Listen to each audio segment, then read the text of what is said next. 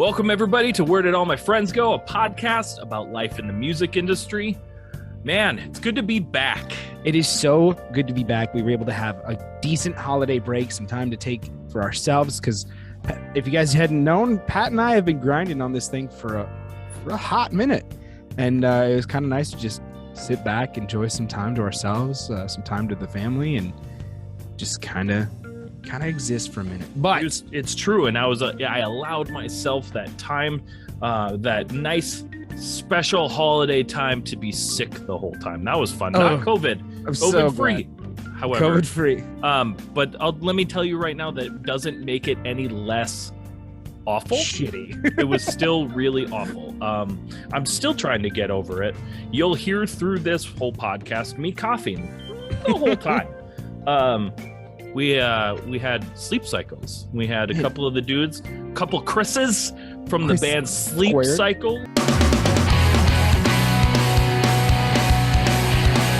And check them out. They're super tight.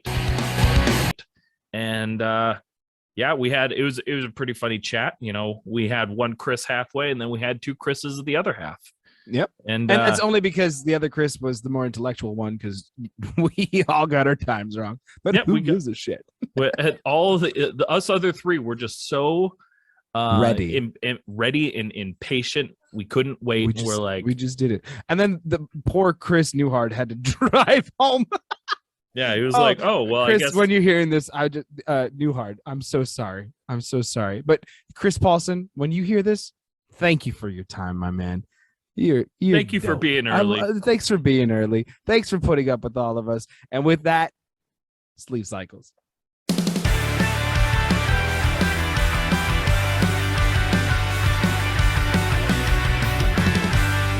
All right. Welcome, everybody, to today's episode of Where Did All My Friends Go, a podcast about life in the music industry. Today we have Chris Paulson from Sleep Cycles. Welcome to the podcast, Chris Paulson from Sleep Cycles. Guys, give him a big round of applause. I know you can't hear it. I'm going to edit that in there. Don't worry. Because I'm a genius when it comes to editing. You are. All right. How's it going, Chris? Going really good. How's it going with you guys? It's going well. Fantastic. We took a holiday break because we were doing these a lot. Yeah. And the best part is like, this isn't going to come out for like another few months. They're going to be like, holiday break. It's March. like what holiday were you for the all of you guys who don't know how, like, you know, backlogging works. It's January. It is currently January. Yeah, that's true. But speaking of January, Chris, Sleep Cycles started in January of 2021. It did. It's been about a year now. Mm-hmm. Yeah, that's when we like released our first song. We were I was gonna say that's when you became social media official. Anyway, yes. So you worked on your first official. Yeah, Facebook official. So you worked on your first EP with Fred Mascherino for Taking Back Sunday and The Color Fred Fame. Yes. How long were you working on the songs before starting your push? And what was it like working with Fred? Well, we were recording the songs, writing the songs and recording them maybe like a year ahead of time. We didn't really have a band, you know, like name or anything. Like, we had no plan for the recording. We just kind of were doing it because we were just practicing and like the songs, and we wanted to record them just kind of for like us to listen to. Of course, we had like thoughts of like sharing it with other people and stuff eventually, but we didn't really have any plan. But it was like about a year in advance. And as far as like working with him, it went really smoothly. I've known Fred. I've been friends with him for a long time. I've played in multiple bands with him. I've toured with him before, and I knew that he was doing the recording thing. And it was a time where everything kind of had like died down for him and us. So it kind of made sense. And I also was always a huge fan and respected him as like, you know, a musician and a songwriter. So I figured it'd be a good mix. Like, we kind of come from the same background as far as like what kind of music we're into and what kind of music we play. So I figured, oh, this would be a good match. Plus, we've been friends forever, pretty much. That's awesome. I actually met him, Pat. We were talking a while ago online. Yep. About like shows in like Nebraska or like wherever you guys are out there from. And like that's actually where I met Fred on tour. Like we randomly, like my old band Tokyo Rose and his old band Breaking Man Gia. I don't know how our paths crossed, if we were like on the same booking agency or whatever back then, but we did a bunch of shows in the Midwest, Nebraska, Iowa, all those states or whatever. That's where we met.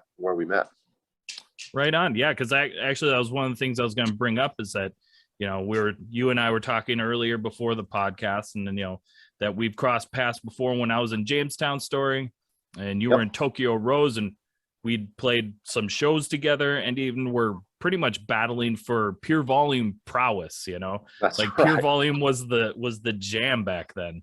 That was it. How do you find that scene has changed since those days? Oh my God. I was thinking you were probably going to ask me a question like that. I'll tell you, I could go on. I mean, so how this scene has changed from back when we were doing it, when we were young men, and to now. The good old days. Yeah, the good old days, man. I mean, it has changed. I am like completely clueless now. I mean, that's why I hit you up and a bunch of other people, because I'm just like, I have no idea like how bands do it or whatever these days. I mean, so how it's changed. I mean, back then, and it's funny because like, Tokyo Rose, it wasn't like a huge band or anything, but we had fans, we sold records and stuff, so like it's funny, like back then we were like touring around, playing shows all the time, promoting ourselves. We had a good social media presence, I guess you could call it, on like MySpace and Pure Volume and everything like that. And we were actually like selling CDs, and we sold quite a bit of them. And like now, like I'm in this new band where like that's not what you do at all. And I'm basically trying to just get people to like listen to the music for free, or like sign up on our like our Facebook page or our Instagram page or something, since that seems to be like what everything is judged upon these days. Yep. And like all I want you to do is click like, and it's like seems like it's such a big deal for people to do that these days. I don't know why, but it is, it seems, or at least for us, it's just a really weird thing. And like I've actually talked to a couple of my friends that have stayed in the music business that are now sort of like more or less, pretty notable, like managers or whatever. They're pretty successful careers. And I asked them like, what, like, do I do basically, like, how's this shit work these days? And like, I was just talking to my buddy that he, like a couple of weeks ago, he manages like a bunch of like bands and songwriters and stuff, like the Ready Set. I don't know if you know who that is, but so he knows the shit, and he's like pretty relevant in this in the music world today. And he's like, I really don't know, dude. Like, I mean, things are just so upside down, especially with the pandemic and everything else. It's like, so he had his like sort of theories, which I won't go into, but to answer your question, it's changed drastically, and I have no idea what's going on like now. I would definitely say it's pretty much like a 180. It is 100%. It's significantly different. And it's just so crazy. Even today, like I had. Well, go ahead, Chris. Go ahead. Oh, sorry. I was just gonna say, like, so like I try to do my research. I try to figure out like, is there some trick? Like how do you get people to listen to your band other than just like playing shows or hitting your friends up or whatever, like the old ways of doing it. And it's like, I haven't got an answer to that yet, but it's like, I've gone on, I go on Spotify and I check out bands, and a lot of them are really good, and it's like, but I've never heard of any of them, and like, or not any of them, but a lot of them, and like, they have like, 5,000 listeners or whatever, nothing like insane, but like, that's still 5,000 people. That's a lot, man. Yeah. So I'm just like, how does this band that like, I've never, and I'm pretty in tune with like the bands because I book shows and stuff too. So I've always kind of kept up to date with like who the up and coming bands are and stuff. And I'm just like, these are not them. These are not the bands that I've heard of that are going out on tours or whatever. but yet they have 5,000 listeners, 10,000 listeners, or whatever. You know, it's like, how is this happening? I don't know. Yeah. Well, like even today, like talking about how the music industry has changed. I had a friend who was like, why don't people just release albums anymore? And I just turned around and in 3 seconds, I was like, because it's a lot easier to release 12 songs over 12 months than it is to release an album, because now you have a year's worth of content. And Exactly. I just like, it's that simple. Spotify doesn't push albums, they push singles. That's simple. Like once you start understanding and like realizing the actual inner workings of what it takes to do it nowadays, things change. Like now people are making music videos for every single song they release. Yep. I know, it's crazy. That was never a thing. It used to just be the single and maybe that one hidden gem off the album, right? And so now it's music video. So we're hiring out directors every freaking time, which means that's more money that you're soaking into those songs, which means instead of putting all the songs that you've recorded onto an album, you're going to start taking a lot more time into thinking about, hey, is this song even worth being put out? Like it'd be fine if it was like, you know, we've all had the term like filler song on an album. Okay. But now you can't do a filler song anymore. It has to either be good or it's a flop, because you're about to put money into this and release it as a single, because releasing it as an album just doesn't work anymore. Now I'm still old school, so I love listening to albums. The way like I love going through it. I love the way thought was put into behind the song titles, how it was placed in its order. And I'm like, and I always would like go back and listen to it and be like, why was this here? You know, what was the message behind this? What did they want me to hear when they did this? I love albums, but it just doesn't work that way anymore.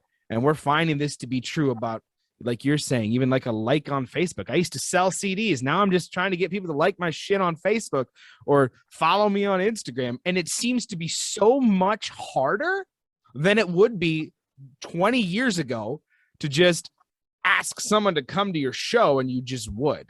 For me, it was like 10 years ago back in 2010, or oh my God, that's 12 years ago now. God damn it. Like back in 2010 when I had like a band that I'd go see at my local church or whatever that was hosting a pop punk show. Like I'd bring some friends from high school and we would just go. Now it's all about social media, and it's like there's a plus side to it and then there's a negative side to it, just like with everything, but it's different. Like Pat, you were saying, an entire 180-degree turn in the music industry. Right. Well, because one of the things I was going to even just in a question that I was going to ask a little down the line, will kind of bounce over to that, is that like just the changes in music promotion from over the last 10 years. You know, you used to be able to just go to the mall and just hand out flyers and shit like that, and that's how you'd get people. Or you'd put up posters and people would look at posters. People don't even look at that stuff anymore. It's like it's completely different. I remember, I mean, we'd get 100, 200 people to a show just by handing out flyers. And now your goal is to like, okay, well, I'll make an event on Facebook. I'll promote the event as good as I can for 20 people to come. Yep. Yeah. That hasn't happened to us yet, but I'm sure it's going to. It's so weird, man, because like just when you think that you know what's going on, you got to restart that grind all over again. I don't think that I do know what's going on. It's kind of funny because you're like saying like with the singles and the content and the whatever. So I mentioned earlier, I was like, I asked my buddies, like, you know, some of these management people that are still in it, doing it, you know, they're up to date with what's going on now because they have very successful artists. I'm like, what are you doing? They're like, oh, you got to constantly create content. And I'm like, okay, well, what does that mean? Like, do you mean like songs every month? Well, yeah, the algorithm and this and that. And I'm like, I don't know what you're talking about. The vague algorithm. Yeah, the algorithm for Spotify or whatever. Right. Like, I'll tell you guys, like, I was actually in the process of recording with Fred when my bandmates and him got on me because Tokyo Rose wasn't on Spotify. And I'm like, oh, really? I don't know. You know, like we have a page that someone made, I don't know. And there's like 2 like crappy, like songs that we had on comps that are on there, but none of our albums are on there. So I'm like, they're like, yeah, why don't you put it on? I'm like, cause I don't have Spotify. I didn't even use it. And I'm like, they're like, you don't have Spotify. And I was like, no, I have no idea. I still like download stuff off iTunes and pay for it. And they're like, what? I was like, That's so wild. I'm completely clueless. I have since gotten Spotify. And Yeah, I was Rose gonna is say we're now about to on have there. to stop. We're gonna No. have to get you learning today. No, I'm on Spotify now, and it is really cool. Like there's just everything at your fingertips, and like there are tons of good bands out there for sure.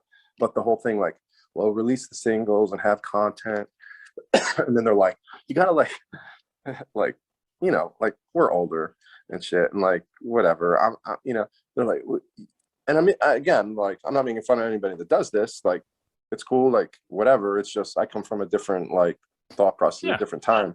Like you gotta create content. You gotta have videos like of like like videos like what, music videos? No, like just like you guys like hanging out and like doing silly stuff, or like all this stuff. And I'm like, I'm not doing that. You gotta make a TikTok or whatever. And I'm like, I don't even have I've never fucking been on TikTok in my life. Like and again, Don't like change that. It's nothing against anybody that's on TikTok. Or do change it, because it's great. Yeah, it's nothing against TikTok or people that use it or anything like that. I'm like not into that at all. Sure. Yeah, it's tough because I mean, Barry, you know a little bit about, but like, correct me if I'm wrong, I guess, but there's no like special Spotify algorithm that's like, if you release a song after a song after a song after a song, that's going to just like eventually get you somewhere. No. You have to get. They explained it to me. You got to get the plays, pretty much. It's like, so you have it's to all do about the pre-save or whatever. And pre-saves will be helpful.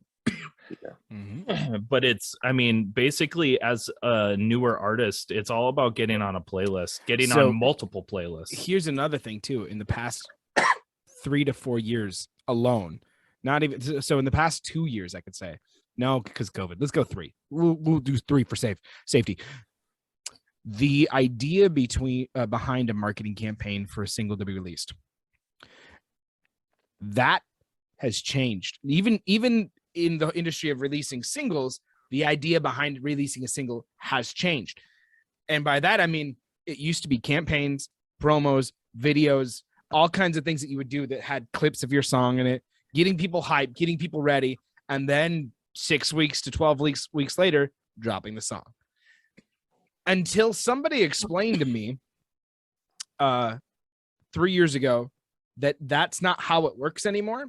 And I was like, well, why doesn't it work that way? Because it's like, dude, our numbers aren't doing as great as I thought they'd be. Like, our Instagram likes aren't doing great. And they said, because instant gratification is a fucking thing. They started, the band is actually my older brother's band, Archers, who's doing really, really well for themselves right now. They started cold dropping shit. They would cold drop a song and do all their promo campaign on the back end. Because they're like, brand new song, here you go. And then instantly you can go look at that song and you can go listen to the song, watch the music video, and then they'll make their videos based off the song and be like, how'd you like it? What'd you think? Here's what we did behind the scenes. And then they have 6 weeks worth of content. It's insane. And as soon as Spotify drops it, you're like, oh shit, Spotify just let me know that Archer's released a new song. I'm listening to that literally right now because it's on my mind. Rather than waiting, I can't wait for, April 2nd. It doesn't work that way anymore. Big bands can do stuff like that. Sure, absolutely. And it's again, it all depends on like what level you're at, what things you're trying new. But it was just, and every way is a way. There's no like one solid way. Anybody who thinks there's a solid way has never heard of TikTok. Anybody who thinks there's a solid way has never heard of the touring game. You know what I mean? Like, there's all sorts of ways to get discovered. Finding yours is important. Like, knowing what your audience is, knowing how things work, and kind of going, would I listen to this if it happened right now, or would I wait? Like, I want to hear shit. But then again, you have established bands like Angels and Airwaves, who will, release 5 songs as singles off their album, and then release the other 5, and they still have an album. There are all sorts of ways of doing it. You just got to find yours. Yeah, I agree with that, and that's the conundrum. Trying to find it, as a brand new band, a little later in life where you're not as in tune with all this stuff that's going on, and nor do I really have the desire to make silly TikTok videos or whatever at this stage in my life to like promote my band or whatever. So I just think I'm super funny, so I like making silly TikToks. That'd be good for you. I'm just a comedian, Yeah. You found your true calling, TikTok. But it's funny you mentioned something about the marketing of how albums, or whatever you want to call them, records these days go. And it's funny because like I mentioned, I was having a conversation with my buddy that is a manager, and he was saying he has a couple people that have gotten major deals off TikTok or whatever. Yep. Basically, that's all they had. And he said now that's like the major labels plan is to basically find somebody that's blowing up on TikTok, and from there take that and just like blow it up or whatever, and do it. And I was like, what does that even mean? Like again, it's I don't know what it means because it's tough because since you don't have TikTok, there's so many different avenues of TikTok. Like there is the crap your kids watch and that you just want to rip your hair out. Sure, tons of that. But there's also like a huge music scene inside TikTok. And that's like, and one of the things is like Unsigned Pop Punk. That's what we do. We've had TikTok stars on this podcast because they're on TikTok, because that's where we found them. And then we ask them about their life and their story, and they'll tell us some crazy shit, all because of like 2 videos that they posted that got seen by 1 million or so people and just kept going, Yep. It's insane. The TikTok algorithm is probably one of the most successful in terms that anybody can go viral or has an opportunity to go viral. And I have a buddy who made a video about kicking snow off his tires, literally. And that's his whole channel. It's kicking snow off his tires. And one of those videos got like 14,000 views. Wow. It's just it is worth getting into that game. You don't have 100%. To try to be funny. There's tons of different avenues you can take, but it is worth it. With that being said, we're going to take a quick break and we'll be right back. Did you guys know that we have a playlist on Spotify for up and coming new bands? Well, we do. It's called the Unsigned Pop Punk Playlist. We update it bi-weekly for up and coming bands. There's 45 new tracks on there every other week. Go give it a follow on Spotify. Save it, share it. We want to help you discover your favorite new band and also discover new bands in your area that you can go out and see for as little as $5 for a show. So give the playlist a follow on Spotify at Unsigned Pop Punk. It's as easy as that. Welcome back to the podcast. Today we have Sleep Cycles back with us, Chris, and now just joining us, we have Christopher Newhart. Christopher, welcome to the podcast. Thank you for being here. Thank you so much for having me, guys. I'm so pumped to join very late. See, the thing is we were just talking about this during break. He is early. We started early on accident because none of us could look at our calendars properly. Yep. Out of the 4 of us, Christopher is the intellectual. This is going to be confusing, so I'm going to refer to you as Christopher and the others. How do you guys do it in your band dynamic? How does that work? Is it just like Chris squared? Oh, I don't know, man. That's a good question. Everyone kind of calls me Chris, and I think everyone calls him Paulson. Oh, sure. Yeah. Gotcha. Is that it right, Chris? Yeah, that's probably right.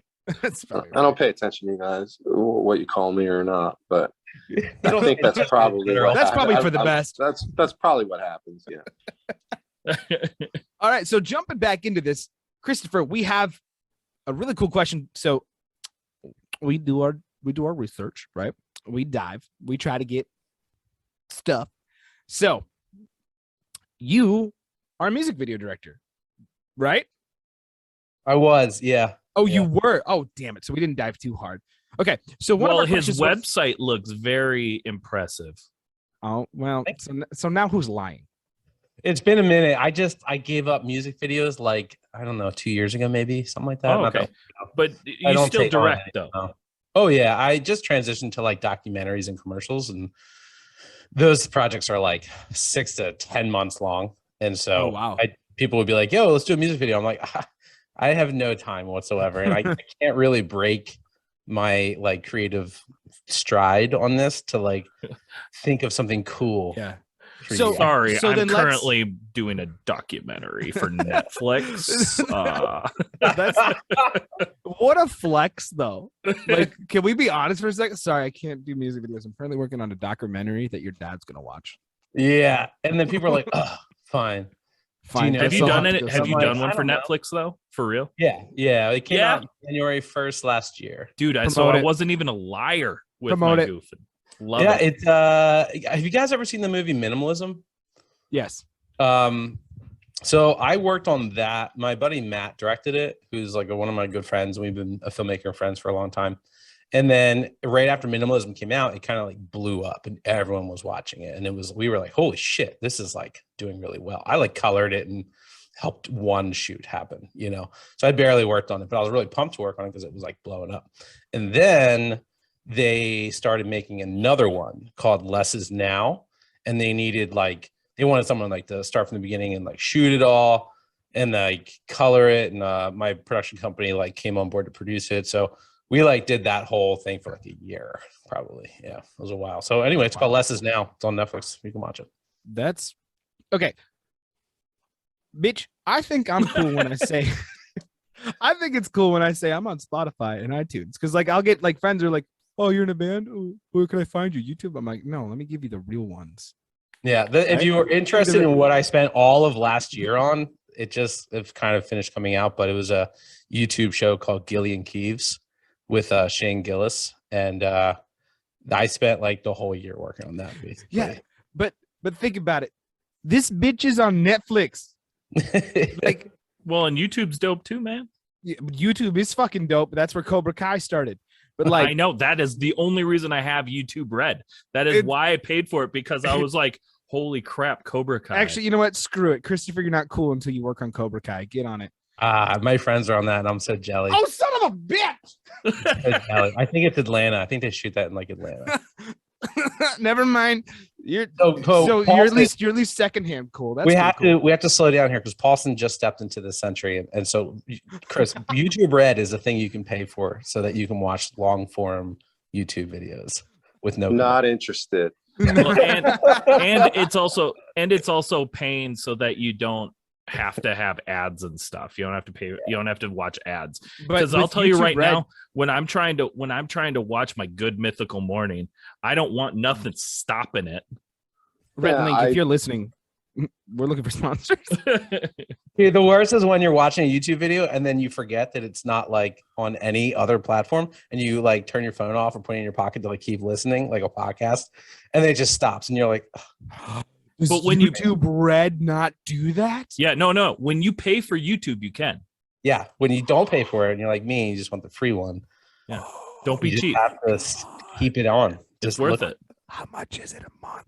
Dude, it's not much. It was like maybe $10. Oh my god! I think YouTube just made money off me today.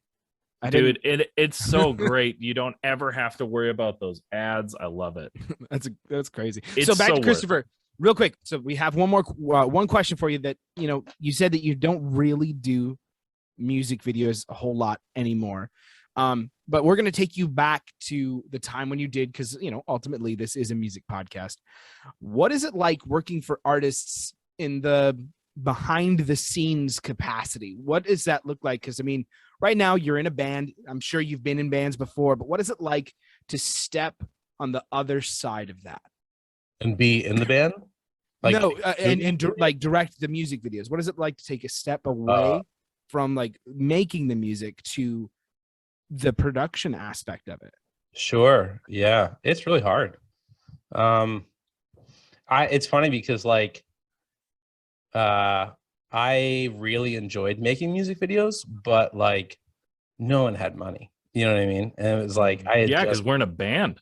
Yeah, like I just missed the boat on like major label money, where they were like, "Here's $500,000 for a video." There, in my time when I was doing them, like 2010 to 2018, they were like, "Here's 40, 50 grand." You know, maybe if you were lucky, you got like 80, but like not much. And so the problem is that when you go over $5,000. They just the band members, like the managers, just assume it's basically $500,000.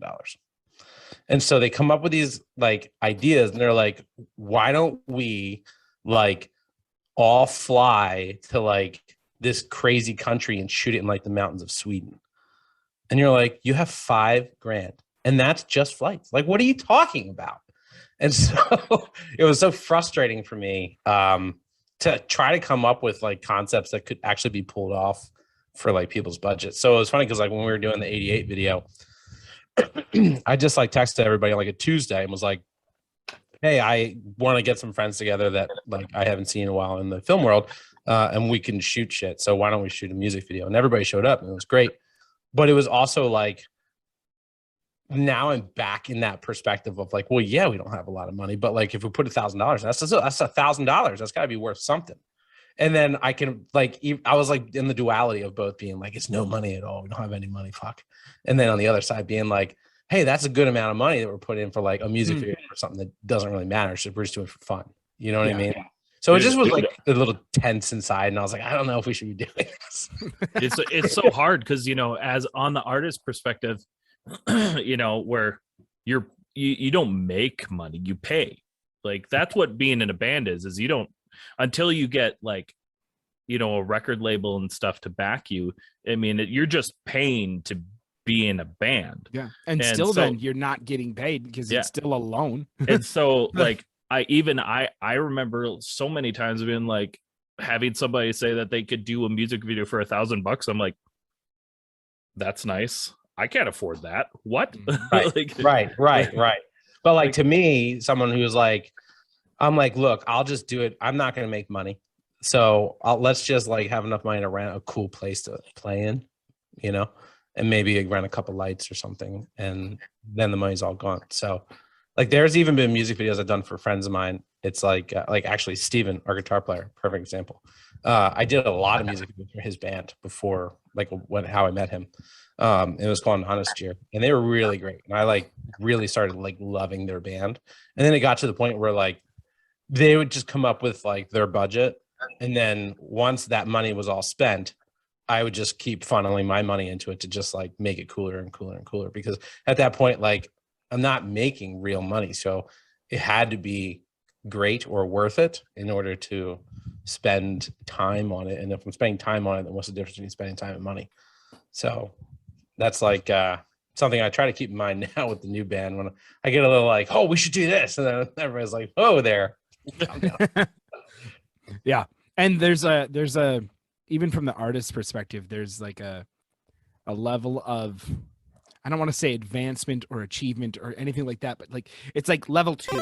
You step up because, like, again, for me, when I first started, $1,000 for a music video, holy shit, I can't afford that. Now I'm sitting here going, I want really good quality, and my budget is now probably maybe $4,000, you know, and that's still a lot of money, but that's so much nothing. Money. It's nothing. Like, it's nothing. Somebody hears that, they're like, $4,000. I could probably have a whole cast. I could have 3 or 5 scenes. And you're like, what? It's $400 to feed everybody for one day. Mm-hmm. And I have to feed them. And you're forgetting about food, you know? Yep. So. And then location. And then what do you want in After Effects? Like, how do you want it edited? Like, how much time do you want me to spend on this outside of shoot day? Exactly. Yeah. So. All right. Well, with that, we're going to move on into our next segment. This next segment is really fun, and these are questions for both Chris and Chris. Are you guys ready? Mm-hmm. Yes. All right. This section is called The Obscure Questions segment. Now you are both going to answer these questions. How, in what order, I don't give a shit. So just answer the questions the way you guys feel led to answer these questions, okay? All right. Chris Newhart can go first.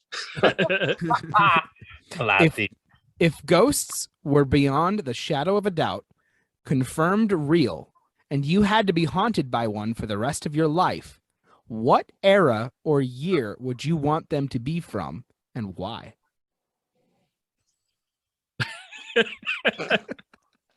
What? Yeah. Oh God. This That's is what we do. forever till I die. Yeah. It, like, I mean, they're not gonna like. I can't exercise them out of my life. No. You can't. There's no exorcisms. They'll stay in your house. I mean, you can like go to Taco Bell and Bob's not gonna follow like you. bad haunting me. No, whatever. They're just haunting. They're just there. They're just there. All right. Think of them as the afterlife roommate. Yeah. Maybe 2050. I'd like to be What if they're like robotic, like so he can give you giant insights on how to spiders? score in the market. All right, Paulson, what about you? All right. Ghosts are going to haunt me, and I have to pick what do I have to pick? What year or era they're from? Yeah, like 1800s, 1970s. Like what do you want? Who do you want to spend life with? Who do you want to spend their afterlife with you? All right. Ghosts from the 70s, you're saying? That would actually be okay, I guess. I mean, I think 70s was disco, right? I guess. Or was that 60s? It was, yeah. 70s. 70s. Yeah. 70s into the 80s. Right? Like boo, I could man. I can just imagine you like I imagine like you waking up, man. I imagine you waking up at 3 a.m. just like, why the fuck is a Bee Gees record playing right now? Yeah. I don't know, people. It seemed like people were pretty. I don't know. I wasn't alive back then, but I would assume that they're just based on what I know now, like they're pretty carefree, fun-loving people.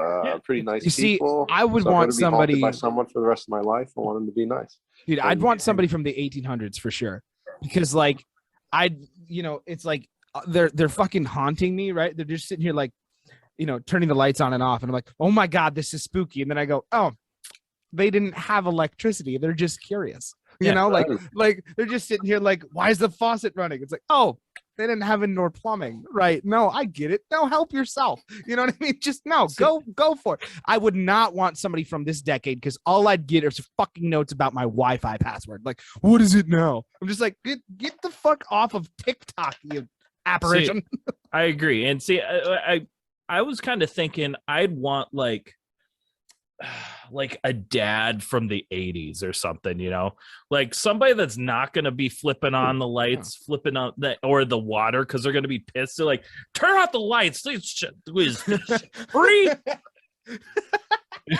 Real like you're going to get like a random like note in the mirror, like, I turned off the lights for you while you were gone. This shit doesn't cost, like, it's not free. Absolutely. Just saved you $5. Those are good. Those are good. Good answers. Thanks, Ghost Dad. All right. Next question. Have you ever danced with the devil in the pale moonlight? I'll answer that first. No, that's an easy one. I'm assuming that means doing some shit outside naked. Nice. It's actually just from Batman. It's from Batman, but I think that's what it means. Like, do you run around at night naked? I think that's what it means. Yeah. Again, no. Well, that's where Chris and I differ. He's like, that is actually why we need to end this podcast, because that's what my plans were with my 3 dates. Yeah, winter streaking. Winter streaking. You guys never done winter streaking? Look, you said you were adventurous on your profile, okay? I think I can say that I have. Oh, in the sense of not in the sense of running around naked, but more in the sense of like getting into really dubious shit at like 3:30 in the morning somewhere outside. Yeah, but like, who hasn't? Yeah, I don't know. Good people. No, nobody's special. Wholesome quality kids. right. Are there really wholesome quality kids? And Bear, also, I do want to know, since we're both from, the Midwest, have you ever done Winter streaking? Yes, absolutely I have. Nice. Yeah, come on. I have not. However, I wanted to share that one time, me and the band, we had set up, this was a long time ago. Gosh, fucking like 2008, maybe, no, 2007. And we set up a pool dodgeball tournament at a hotel. Like, I mean, we just ran in there. We had gym socks, we had our sweatbands and all that stuff, and we ran into the pool and we just started like going real ham, playing dodgeball, super intense in the pool. And then when we were done, we decided to get out and go run around the downtown area. There you go. Soaking wet, which was mischievous, man. Very mischievous. It was Very really mischievous. stupid because I think half of us caught pneumonia. Well, those are the prices you pay for greatness. Yes, it's true. And I mean, my sweatband was very majestic. Well, there you go. There you go. All right, you guys ready for the last question of the segment? Oh yeah. All right, here we go. On a scale from 1 to 100, what are the chances that you wouldn't burn your mouth on the first bite of a Hot Pocket? This is testing your willpower to wait. I think this is testing my grammar comprehension. That's fair. What are the chances I wouldn't burn my? I feel like I'm lost in that question. Wait, what is it again? Okay, so how likely are you to burn your mouth on the first bite of a Hot How Pocket? likely? Oh, okay. It sounded like you were saying how likely would I not? And I was like, I don't know how to answer. I think I'm a very impatient person, and so I most likely don't have the capacity to wait for something to cool down. So there's a good 99% chance you're going to burn your mouth on the first bite of a Hot Pocket? I'd say so, yeah. All right, Paulson, your turn. I'm the opposite. I would say, being generous, maybe 25%. Nice. I'm definitely Wow. not burning. I'm Very not burning patient. See, this is a man. This is a man who enjoys the flavor of a Hot Pocket, not the necessity of a Hot Pocket. Because Right. because I didn't even know that there's a man that eats Hot Pockets. Yeah, well, that, yeah. well, in this scenario, you do, and I appreciate it. So Christopher's over here like, I only need the first bite. That's all the taste I'm going to need for now and the next fucking week. You got Paulson over here just like, no, I'm going to enjoy my time. I bet this bitch waits for pizza rolls. You know what I mean? Like, I can't wait for freaking anything. Like, seriously, I love food. I'm addicted to food. I can't stop eating food all the time. I love it. Bear, And so when pulling something out of the oven and I'm looking at it, I'm immediately like, I should put it on a plate right now. I should just fucking eat it. So Yeah. Bear, are you a mouth burner? It depends on what I'm eating, but when it comes to Hot Pockets and pizza rolls, I'm a mouth burner. But when it comes to hot cocoa, no. So I let me mean- tell you, That shit. I would say I'm 50%. And the realism of that is that over time, I have gotten to the point to like, I'm kind of a weird guy and I don't mind if it's a little cool, like not cool, but like it could be borderline cold. I don't like, is a good chance that I will not microwave it long enough. And I'll just go, good enough. So it's not a patience thing. Are your Hot Pockets getting stuck to the paper towels in the microwave? Because that is 100% yes every time. Paper towels.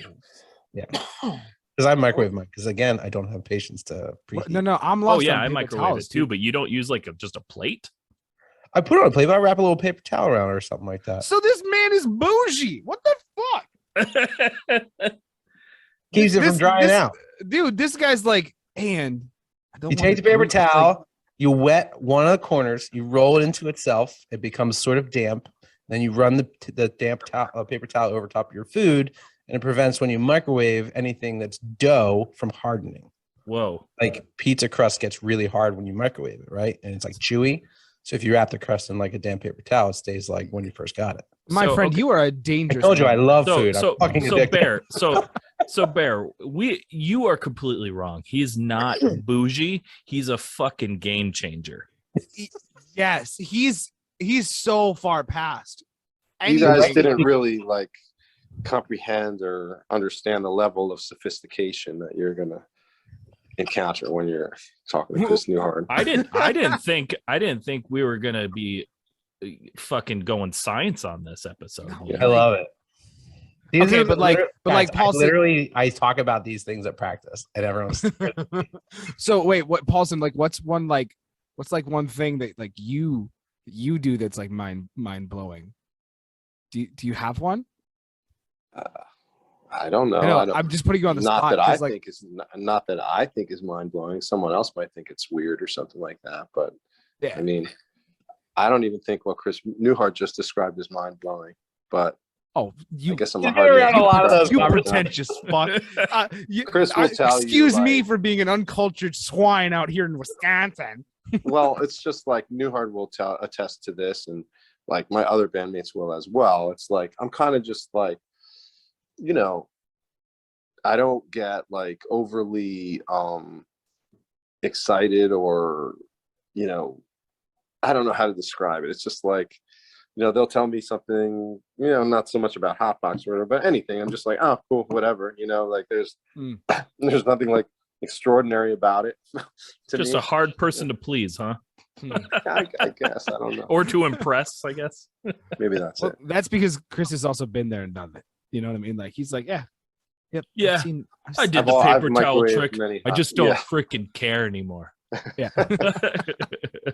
See, the problem is that like people like me knows that there are like these amazing, wonderful things that exist in the universe, and that those things like seeing the Grand Canyon, and seeing the Great Pyramids, and like standing at the bottom of like the Liberty Bell, like these great, unbelievable things that make you like feel so many things. Those things exist, but when they're not in front of me, whatever is happening that's interesting is the most interesting thing going on. All of those things exist. Chris doesn't think that way. For you to eat a Hot Pocket in front of. So my conversation is a level 0.1% interesting compared to the things that he's done and seen. No, that's not true. Well, I think that's a pretty great way to move on to our final segment. Are you guys ready? Mm-hmm. Ready. All right. Pat, this one's yours, bitch.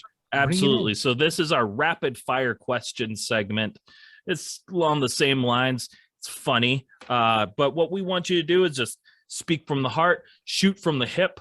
I don't think about it, just answer. First thing you get, just answer it. Okay, you guys ready? Ready. All right. Pizza or tacos? Pizza. Okay. Saved by the Bell or Boy Meets World? Saved by the Bell. Mortal Kombat or Street Fighter? Street Fighter. I can't hear you, Christopher. Street Fighter. There you are. Oh, there it is. There you are. Dogs or cats? Dogs. I know he's going to say cat. Dogs and cats. Pudding or Jello? Jello. Oh, they're going to fight after this. Yeah, we are. Are you a day or night person? 50 pounds overweight over Chris's weight. What did he say? I said, can you tell I'm 50 pounds more than how much you weigh? Pudding. Pudding. Oh, yeah. Are you a day or night person? Night. Okay, last question. This one's the most important. Fall Out Boy or My Chemical Romance? My chem. Oh boy, I actually kind of have to think. I know I'm not allowed to think about it, but Okay, it's okay. I'm going to go with my chem. I'm going to say my chem. You're right. Yeah. I mean, that's the right answer. That's the right answer. Good job. They're from Jersey. They're from Jersey. So I mean, Yeah. Well, that's Well, it. you guys did it. You made it through. Yes. Congratulations, Christopher. You made it. You made it just in time you made it through half. for us to talk about fucking Hot Pockets. The oddest questions I've ever answered on a music. Right? What do you think about Hot Pockets? Yeah. Actually, there is one question that we'd like to ask you before we wrap this up. Okay. And we want both of you guys to answer this. But what is one piece of advice when it comes to the music industry, not just Hot Pockets, because I am taking that home and I am using that for the rest of my fucking life. What is one piece of advice that you wish you had earlier in life that you can give to bands that are starting out right now? Good question. One piece of advice that I would give to bands starting out right now would be invest in learning how to like demo songs. Invest time or money in learning how to like sit on your computer and demo songs out, because we didn't do that at first. And so we had to wait for practice to see if an idea even sounded good or if anyone even cared about it. And now we're just like constantly sending demos to each other because we started all like learning how to do it. So it makes it way, way, way easier to just get really quick feedback loops and like, see if what you're writing actually is any good. Paulson, your turn. Good answer. So what advice I would give to like a new band or kids that are starting a new band now? Anybody that's like starting a new band, what's one piece of advice that you can give them that you wish you'd gotten earlier? Well, I can answer I'll kind of answer it. Like, the advice that I would give would be people that are just starting out to make sure that they take advantage of any opportunity that comes along their way. And what I mean by that is obviously everybody's going to take advantage of like, thinking like, oh, you want to open this show or sure, or something like that, obviously, but what I mean by it is like, as obviously a band is made up of individuals, right? And not always are they always on the same page. A lot of times they're not, and what I mean by that is like they might have different goals or different methods, or they're into different kinds of music, they have different vision artistically for the band or whatever else like that. So all I mean by that is and again, it's kind of like a weird answer to the question because you're asking it from like a band perspective. I'm answering it from like an individual perspective. So I don't mean to say like, oh, well, just like, don't take your band seriously. All I'm saying is like, take yourself seriously. Any opportunities that come along while you're starting out, or even when you're, playing or whatever, like you have to seize those opportunities for you and like to follow like what you want to do artistically and musically. And sometimes they don't jive with the band you're in, and sometimes they do. Like luckily for us, like they do, and like we're all at a point where like it's great because everybody's on the same page, we all get along, we all have the same vision for our band. But back in my younger days, that wasn't the case. And sometimes I look back on those times and I was like, oh well, maybe I should have like not stayed in that band for so long, or these guys wanted me to play in their band or something like that. Maybe I should have explored that option or something like that. Looking back on it now, it's like, I'm happy with what I did, I'm proud of what I accomplished, but we weren't always on the same page. And anybody that is in a band knows that you're not always going to be on the same page, or in a band or anything, any sort of like working relationship or whatever. But it's what I'm talking about is when the differences become, more greater than, the similarities. And then you're like, okay, well, maybe this isn't, the right situation. So I think like, that's the advice I would give is like, always keep that in mind, make sure that you're, doing things your way, the way you want them to be. And if they're not turning out that way, keep your eyes open for like other like-minded people that like want to do the same thing that you want to do. Well, that makes perfect sense. I've been there with one of my first bands. I've been there with my second band. It happens, and that's okay. And it's okay to learn to let things go. And as Chris Paulson was saying, be open to new opportunities. Guys, is there anything else that you'd like to add to this podcast before we say goodbye? Yeah. Well, obviously, anyone who's listening, I would love it if they could go check out our band on Spotify or YouTube. Absolutely. Plug. That's what we want. We want from you. Plug your band. Plug your brand. Whatever you guys got going on. Let us know. We have a what's website. Next. It's sleepcyclesmusic.com, and basically everything on there is, pretty easy to navigate. But we're also at Sleep Cycles PA for all social media. Give us a follow, hop on our YouTube, give us a subscribe to it. We're going to be putting some stuff out in the next couple of months for everyone to enjoy. Go check out our music video, The 88. All right, guys. Thank you guys so much for coming on this podcast. This has been Where Did All My Friends Go? A podcast about life in the music industry. And today, a podcast about how to make Hot Pockets just better. I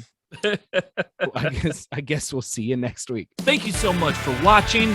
Please hit that like and subscribe. Thank you to those who already are. Check us out on Spotify, Apple Music, or anywhere else you stream your podcast. If you're in the position to help us grow, head over to our Patreon at www.patreon.com/unsignedpoppunk. Let us know in the comments below who you'd like to see on the show and what other content you'd like to see. Thanks so much.